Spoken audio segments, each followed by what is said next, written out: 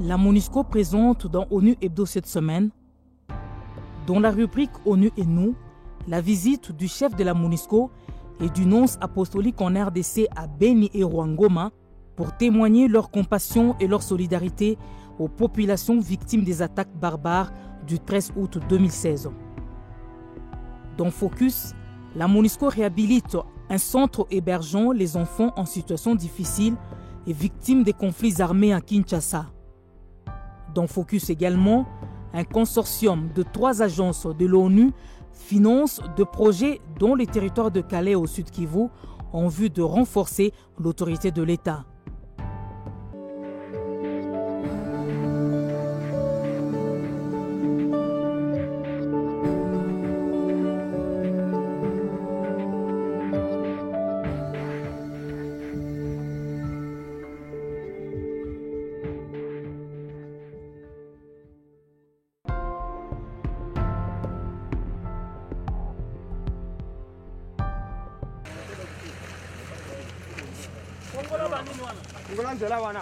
Des paisibles personnes qui revenaient des champs, qui ne savaient pas qu'ils pouvaient trouver des gens qui les attendaient ici. Et on a commencé à les ligoter les uns après les autres. Et quand ils ont constaté qu'ils avaient déjà un nombre considérable, ils ont commencé à tuer. Oui, avec des arbres comme ça. Et aussi à la machette, il y a eu aussi plus ou moins 3 personnes dont, oui, voilà, dont les gorges ont pu être coupées. Noni Bwanakawa, maire de la ville de Beni, fait visiter à ses hôtes et à pied les lieux du massacre du 13 août dernier à Rwangoma. Les hôtes, ce sont le chef de la MONUSCO, Maman Sidikou, et les nonces apostoliques en RDC, Monseigneur Mariano Montemayor.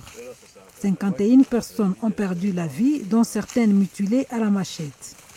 Que Dieu Tout-Puissant vous bénisse, le Père, le Fils et le Saint-Esprit. Amen. Allez dans la paix de Christ. La douleur est telle que, sur place, une prière a été dite à la mémoire des disparus. Amen.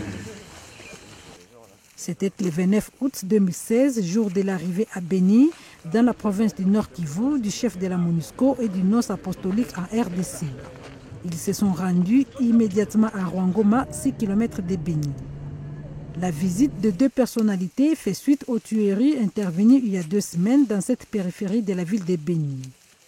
J'ai pensé que je ne devais pas plus renvoyer cette visite pour montrer en solidarité avec les victimes, le peuple le plus touché, le peuple de Beni. Je viens de célébrer la messe pour les victimes, pour la réconciliation et la paix. C'est une multitude de tous les paroisses de Beni, ils sont venus de Boutem. On a prié ensemble. Il s'agissait donc, pour les représentants du secrétaire général de l'ONU et celui du pape, de compatir aux douleurs des familles endeuillées et montrer toute leur solidarité à ces dernières. L'atrocité de l'attaque est telle qu'aujourd'hui encore, la population de Rwangoma est craintive et refuse de regagner son village. Elle lance plutôt un cri de détresse. La MONUSCO est là pour le soutien de la population civile. Et quand les choses arrivent à ce niveau, on ne parvient pas à comprendre. C'est pourquoi nous lançons toujours notre cri d'alarme. Que la MONUSCO nous prenne en sécurité parce que nous savons que nous sommes ici avec une MONUSCO forte et nous ne devons pas être sacrifiés comme des gens qui sont abandonnés. Ninafurahi gisi bapadiri banafika huku, wanakiaona kwenye watu walikufia. Ninaja na kaespara kidogo, sama tutapata kasalamu. La délégation a rencontré la population endeuillée afin de l'écouter et de la rassurer. Il est évident que pour la MONUSCO, les discours, la compassion, tout cela ne suffit plus. Moi, je voudrais comprendre un plus, en tant que chef de la MONUSCO, donner les instructions qu'il faut pour que notre mandat premier, la protection des civils, ne soit pas oublié. Et évidemment, dans tout cela, il faut travailler avec le gouvernement et de façon très rapprochée.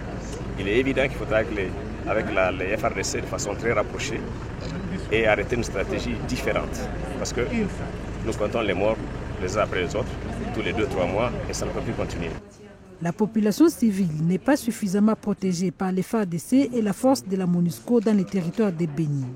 C'est ces cris d'alarme que la société civile du Nord Kivu et celle du territoire de Béni en particulier ne cessent de lancer. Le chef de la MONUSCO a tenu à rencontrer la société civile et la jeunesse de Béni pour en discuter.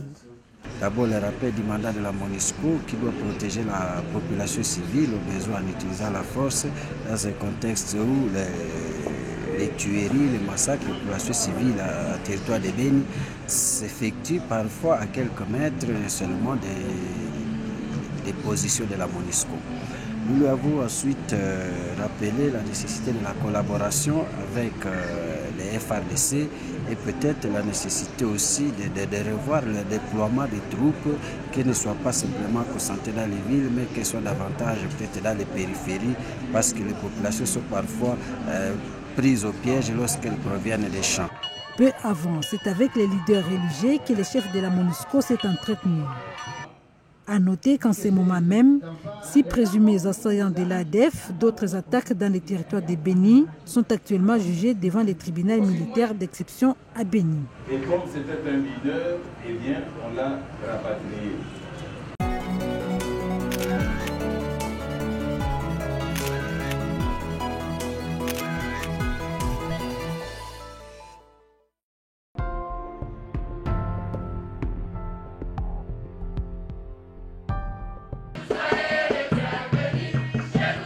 Nous sommes à Lemba, au centre OCPR, entendez, œuvre de suivi, éducation et protection des enfants de la rue.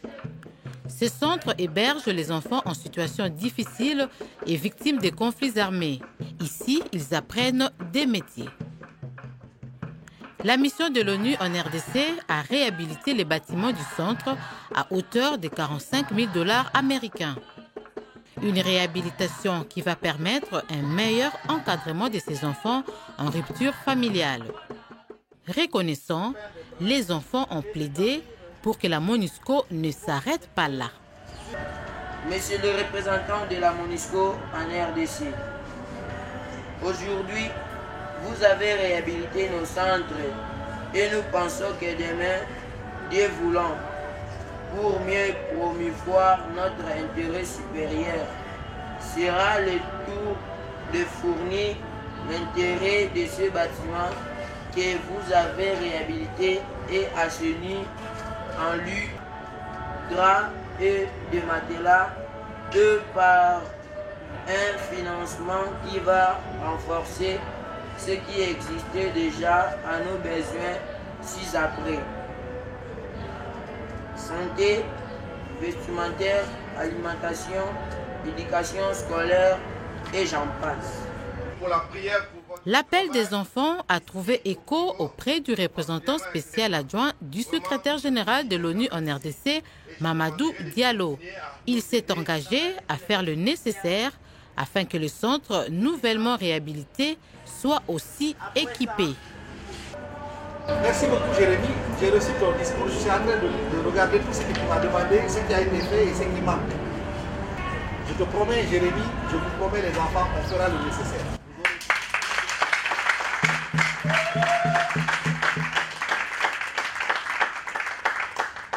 Votre message est bien reçu, mais ce que je vous demande moi aussi de faire pour moi en retour, c'est de me promettre que vous allez vous comporter très bien, que vous allez être poli, que vous allez travailler très dur, que vous allez respecter les sœurs et les frères qui sont chargés de vous encadrer, et que si vous connaissez certains de vos autres amis qui sont toujours dans la rue, que vous allez les aider à venir aussi se joindre à vous ici. Ensuite, les participants à la cérémonie d'inauguration ont pu visiter ces installations.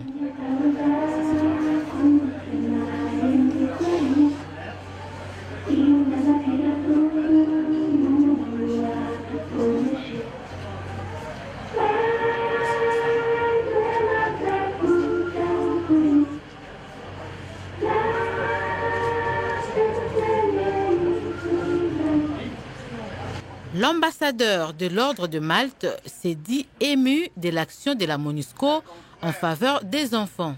Il a tenu à relever l'importance des œuvres sociales réalisé par la mission de l'ONU à travers la RDC. La MONUSCO, on voit ça vraiment comme des gens qui sont là avec des militaires et beaucoup d'appareils, je vais dire, de guerre parfois. Mais on nous dit qu'en fait, derrière ça, se cache une grande mission. Et que la MONUSCO, en fait, et ça je voudrais en fait le souligner, que la MONUSCO fait énormément de choses pour tout ce qui est social, dans le domaine de la santé, de l'éducation, à travers tout le pays. Et je voudrais que tout le monde applaudisse en fait tout ce grand effort que fait la MONUSCO. Pour clôturer la cérémonie d'inauguration, les enfants du centre ont remis aux représentants adjoints une fleur, symbole de leur reconnaissance.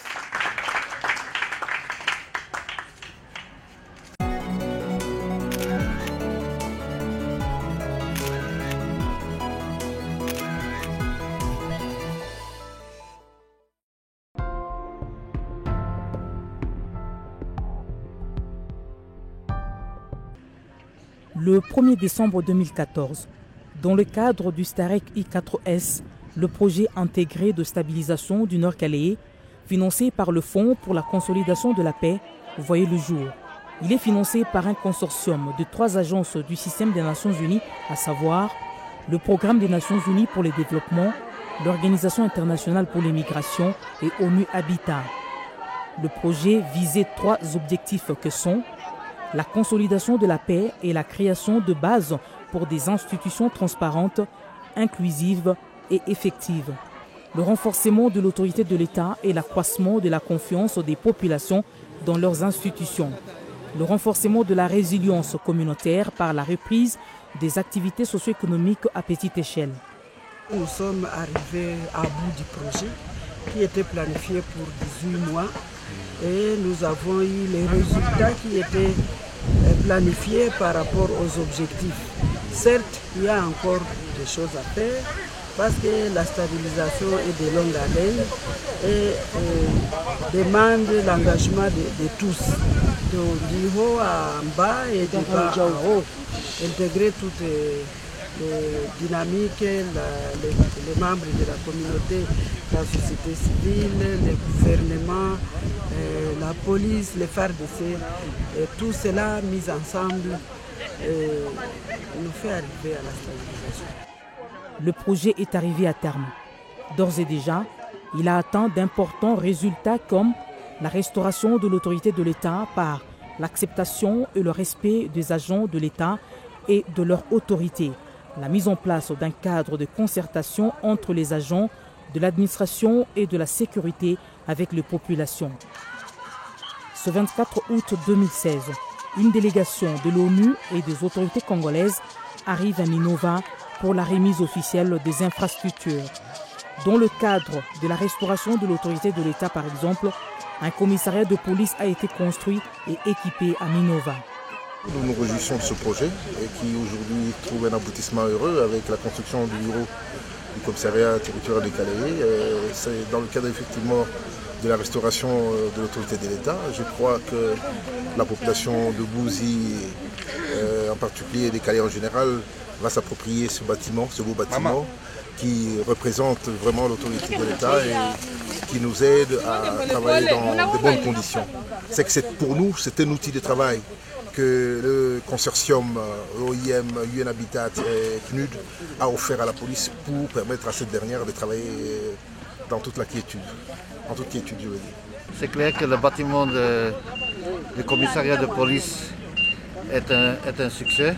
Les 30 policiers, j'ai compris, ont été déployés dans la zone. Numbi et Ziralo, territoire de Calais, sont distants de 68 km. Il était impossible de se rendre dans l'une des localités à partir de l'autre faute de route praticable sur une bonne partie du trajet. Aujourd'hui, grâce à l'Organisation internationale pour les migrations OIM en sigle, le trajet Minova-Numbi-Ziralo est emprunté par les véhicules. Et grâce à ce projet, la voiture arrive facilement à Numbi et la moto est arrivée pour la première fois à Bushunguti grâce à à ce projet. Et nous, la communauté, nous sommes appropriés les projets. Nous l'avons accompagné pendant ces 2 ans, on a maintenant des résultats. Il était très difficile, par exemple, autrefois, de faire un aller-retour à Numbi. Mais aujourd'hui, on peut même faire 3 rotations et de Minova à Numbi sans se gêner. Et là, nous sommes en train de nous réjouir. Autant dire que la relance économique est en route. Le projet a aussi permis de renforcer la cohésion intercommunautaire dans certaines localités, dans d'autres, la négociation et le règlement effectif des conflits, et notamment fonciers, la réintégration et la réinsertion d'ex-combattants et leurs dépendants. Il y a lieu d'espérer que grâce à ce projet, la stabilisation du territoire de Calais sera effective et définitive.